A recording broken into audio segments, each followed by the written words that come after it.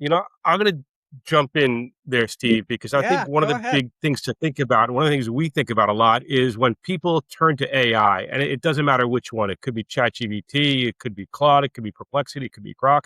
In the past, people go to Google looking for solutions. People go to AI looking for answers to specific questions. Okay. Yes. And if you're thinking about broad understanding in an area, you are going to lose in that AI search mode. You need to be thinking about your content is answering specific questions constantly. And the other thing I found, and I would love to get you to riff on that a little bit, is we've been churning out content, and we've had a lot of internal conversations about the whole question between quality versus quantity. And that is something we are struggling with quite a bit because just a few short years ago, it was all about quality. You know, quantity played a part, but a smaller part. If I was churning out one or two good articles a week for a month, I was doing great, and I was putting really good, content in there. And I am still stuck in this idea, even though I'm turning to AI to help generate my content. I'm still proofreading it. I'm still checking it. I'm still making sure it is the thought process that I believe in. I'm sure making sure it has my voice. And I'm finding, because we do monthly audits, that I'm not putting out enough.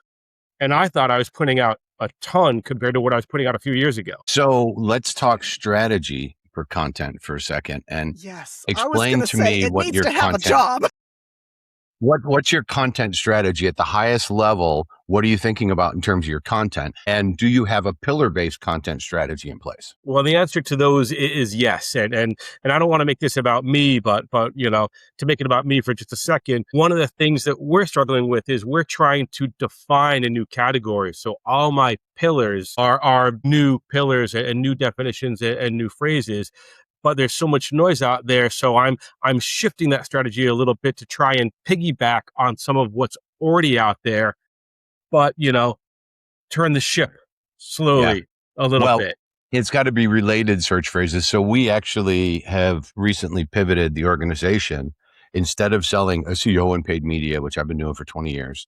And it's sort of this transactional thing. We're better at strategy. And we found that we like what is something we call high consideration brands, which is, it's actually a new term. So if you go into Google or anywhere else and you go, who knows high consideration brands? We're sort of the only ones talking about it. So I feel your pain in that regard in terms of putting content together. And the strategy we're employing comes from my friend Ryan Brock, where each of our pillars, when said and done, will have 13 pieces of related content. And each pillar will stand alone as a pyramid. So pillar piece at the top, 3 satellite pieces, and then 3 pieces under each of those satellites. So it's 1, the 3, and then 3 each, and then 13.